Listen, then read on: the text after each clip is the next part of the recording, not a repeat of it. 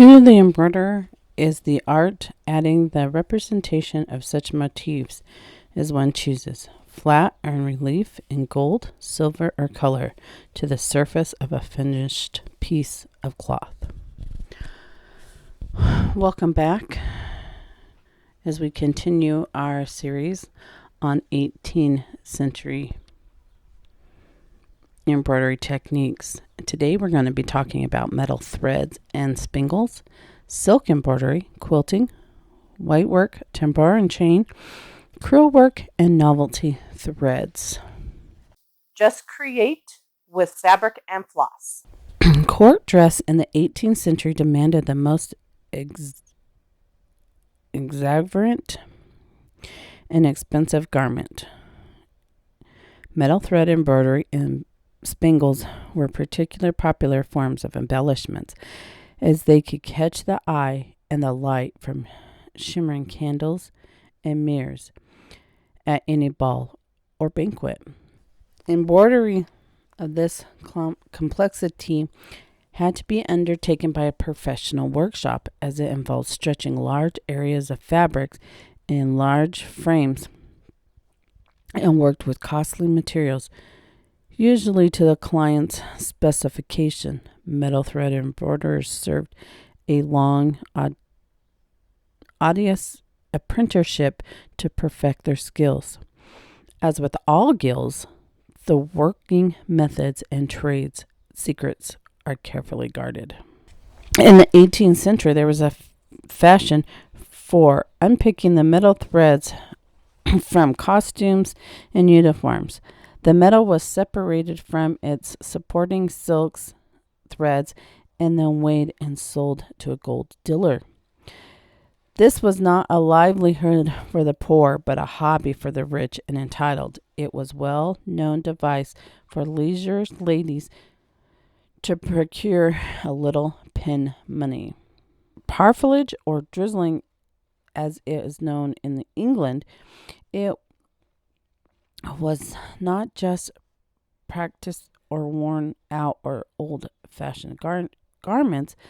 There were scandalous stories of uniforms being ravaged while the owner was sitting at the theater engrossed in a performance. English ladies carried a small work bag on their wrists containing scissors, a silhouette, and a drizzling tool. The tool had a sharp triangle blade to quickly snip the stitches that held the gold to the garment.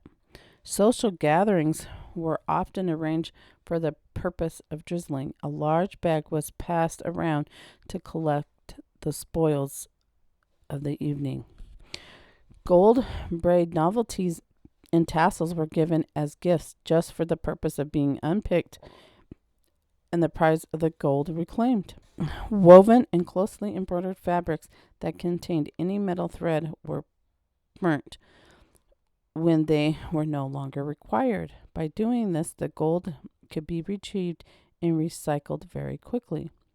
The fashion for unpicking metal threads from costumes lasted well into the 19th century, and bearing in mind, it is a wonder that there is any 18th century metal thread embroidery left for us to admire today. Flat coaching in metal thread. Flat coaching was probably the most popular technique for applying metal thread, as the gold was laid on the surface of the fabric and was not wasted on the underside.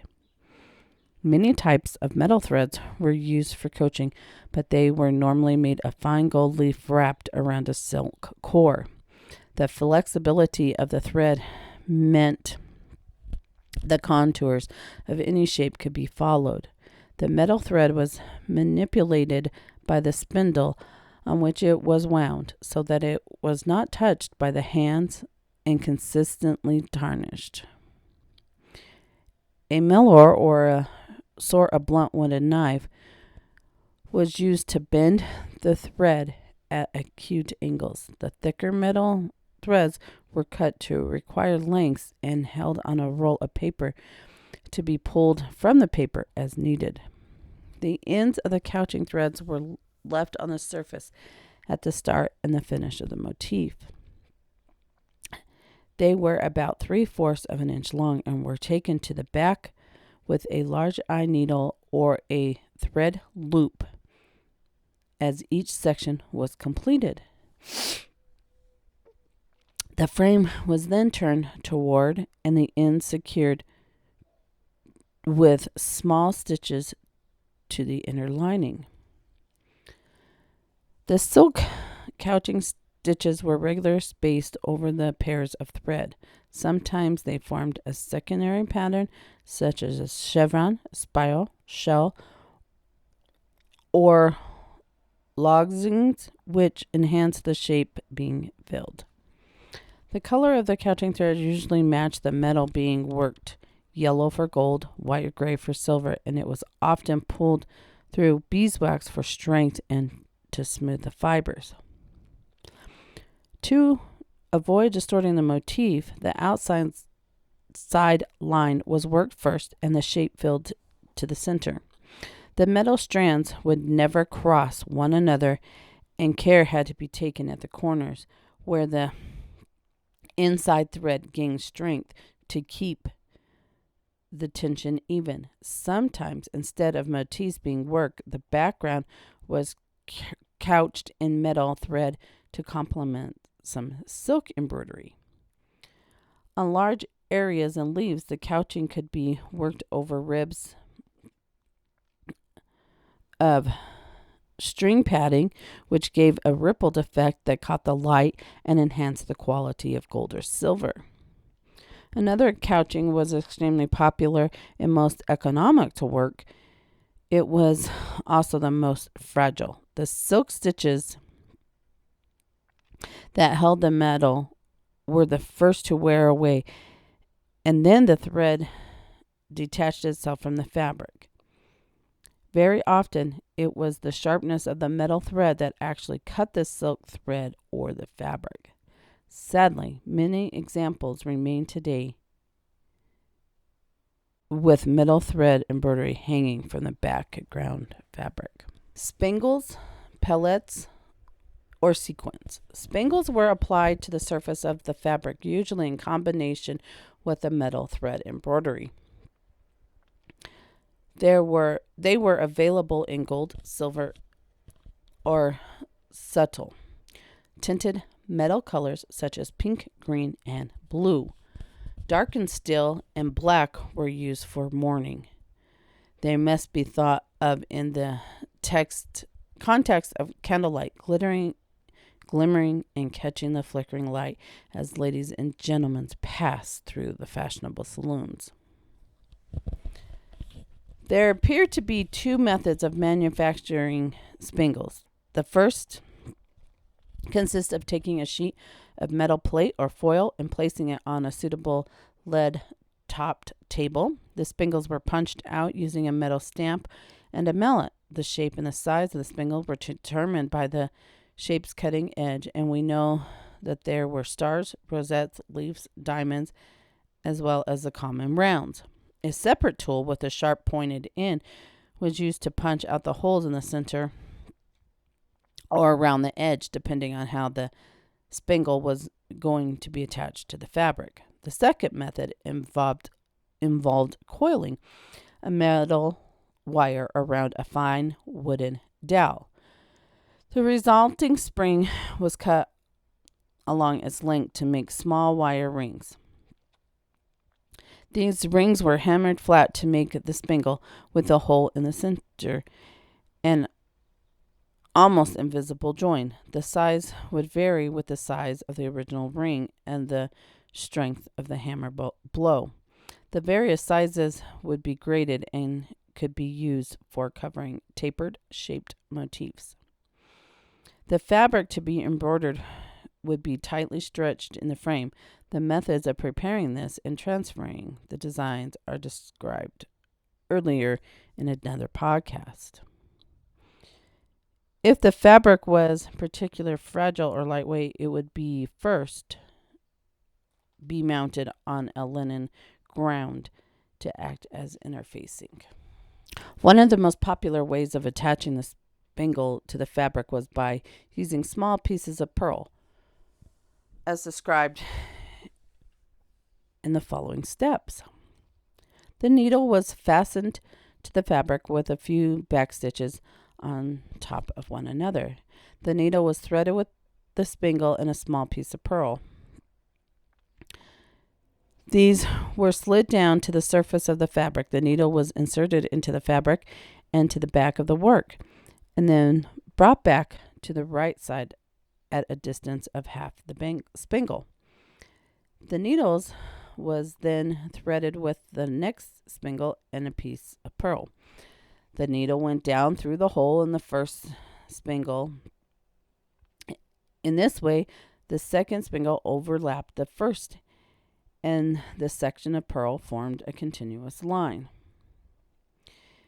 In the line of spangles continuing in this form, with each being backstitched over the one before, the line of pearl would be eased into place with the scissor point. Spangles for gradient size were used for tapering shapes. The motifs would also start and finish with a strip of pearl, so an extra piece had to be stitched on the last spangle. The sewing thread would be invisible and the pearl pieces long enough to hide the stitch, but not so long that they formed a bump on the surface. Another method of attaching the spangles was a back stitch as described, but without the pearl section. A gold passing thread or wire would couched over the holes of the spangle in a continuous line. For economy, the spangles could be spaced further apart and not overlapped. Even without the fish scale effect, a reasonable rich appearance could be achieved. Spangles were dotted at random over the surface of the fabric and held down with 2 or 3 silk stitches with either a discreetly matching thread or a brightly contrasting color. They were also attached with a minute piece of pearl, used like a small bead. The needle came up through the fabric at the correct position. It was threaded with a spangle and a small piece of pearl, which would slide down to the surface of the fabric. The needle was then inserted back down the hole in the spangle and came up in the next direction. Large individual spangles were fancy or convex shapes were attached in similar manner with small pieces of pearl around the edges. Alternatively, the pearl formed a little loop from the hole to the fabric, making a decorative ring. The centers of flowers were often treated in this way.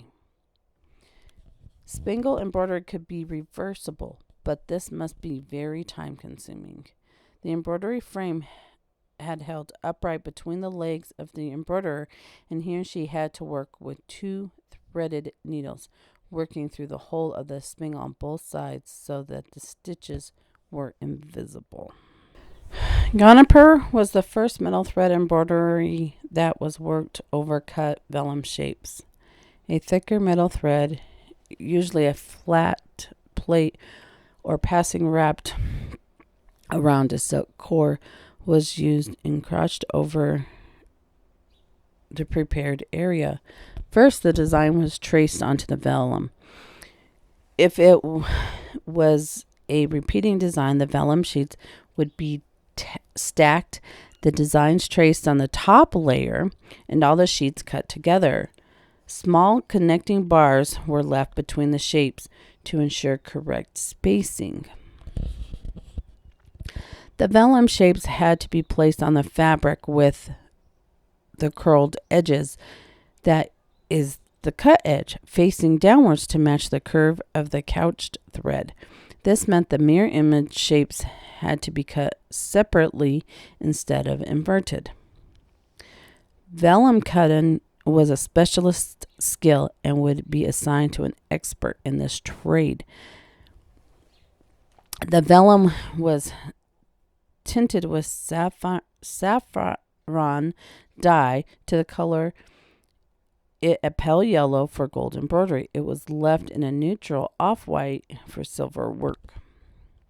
The fabric was then pounced with the overall design, and the area was not to be covered with a vellum shape was inked in. Next, the vellum shapes were positioned and attached with tiny stitches. Glue was never used for this part of work, as it would affect the hang of the cloth and cause it to pucker. Next, connecting bars between the shapes were removed with small scissors. The embroiderer would then cover the shape with 1 or 2 strands of metal thread, which were wound from and manipulated by the spindle and then held down on an alternative side of the shape with a little couching stitch. Care had to be taken to keep a smooth edge around the shape, and this required a precise needle. The sewing thread was a wax silk in a color to match the metal. When the vellum shape was too wide for a strand to pass across, a narrow slit was created in the center. An additional couching stitch was made at this point to look, for an example, like a vine in a leaf. A mound of wax string or layers of felt were constructed for a more rounded, padded shape. The metal thread was couched over this in a similar fashion, and the edge often outlined with metal cord. If pearl was stitched over padded shape, it needed to be cut to the exact length. Metal plate was couched in a zigzag fashion to cover the desired shape. Geff for embroidery produced an effect like basket weave. Thick waxed string was laid horizontally in irregular rows across the area to be filled and were sewn to the fabric with small stitches using wax silk thread. The string rows had to be firmly fixed so that they would not move out of place. The ribs were covered with metal threads, which were couched in a vertical direction. The metal threads were couched in pairs and stitched down after they had crossed 2 ribs. On the next pass, the metal threads were couched down between alternating ribs, and this a woven or brick-like effect was built up. This technique was used with any number of metal threads depending on the size of the area to be filled. The metal threads had to be packed close together so that the string's padding did not show through. In practice, the couching stitches would hardly show at all and would be hidden by the shadow created by the padding. Sometimes the motifs were outlined with a metal cord. Satin stitch with metal thread. This technique, which can be seen on a lady's apron overleaf, required a fine, flexible metal thread that was actually sewn through the fabric.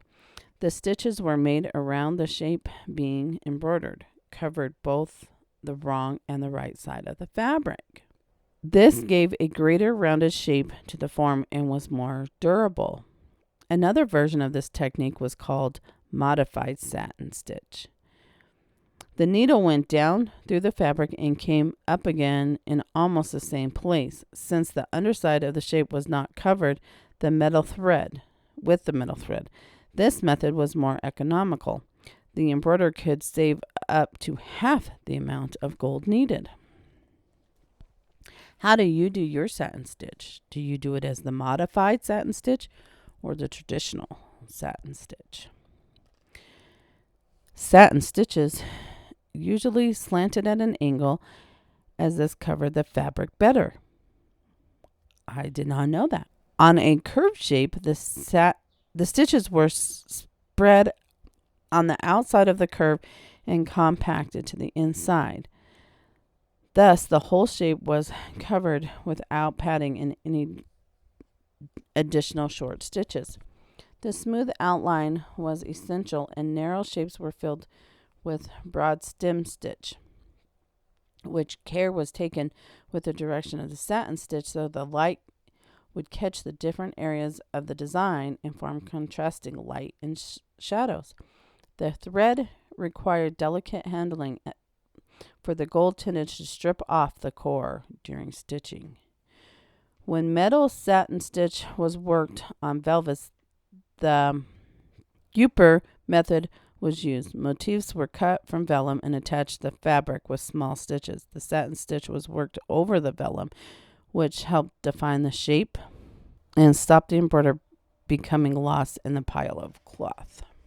Rappaport embroidery in metal thread. Rappaport was a type of metal thread embroidery that was worked on paper or thin taffeta, usually in the form of motifs or border designs. It was purchased in this manner to apply to garments as an instant trimming and a cheaper alternative to professional embroidery garments. The design was drawn on paper.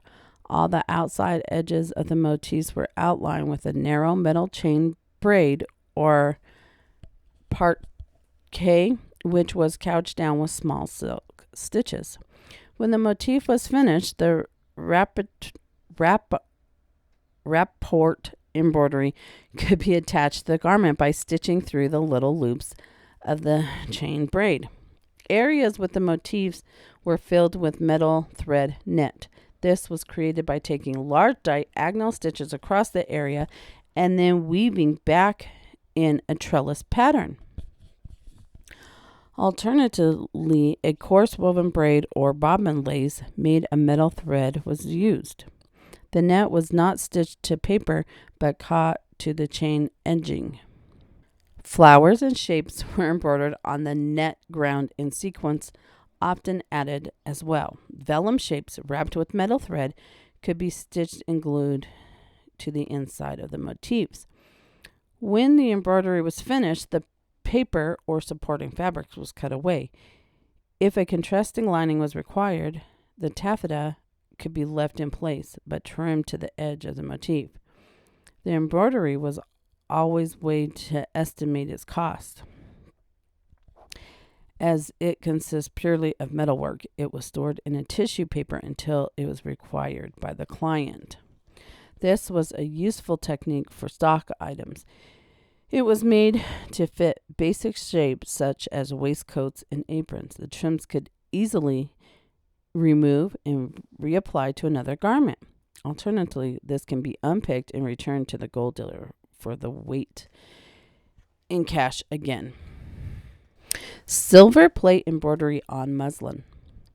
This type of metal thread embroidery became popular at the end of the 18th century, as it was an elegant, suitable for high-waisted muslin gowns that were fashionable at this time. The fabric was manufactured in India and then imported. The metal plate was cut into fine strips and actually sewn through the fabric. However, the muslin was so loosely woven that the threads of the fabric would not be torn in the process. The needle was used as the end of the plate was cutting at an angle to provide a point. The plate would be pushed through the muslin and finger pressed or tapped with a small hammer to make the fold ready for the next stitch. On finishing the motif, the end was cut quite close and tucked under the last stitch being made. You know, it makes me wonder, like, how many cuts and scrapes that they had on their hands from using the metal thread. Give me your opinion in the comments below. And until then, happy stitching, my friends.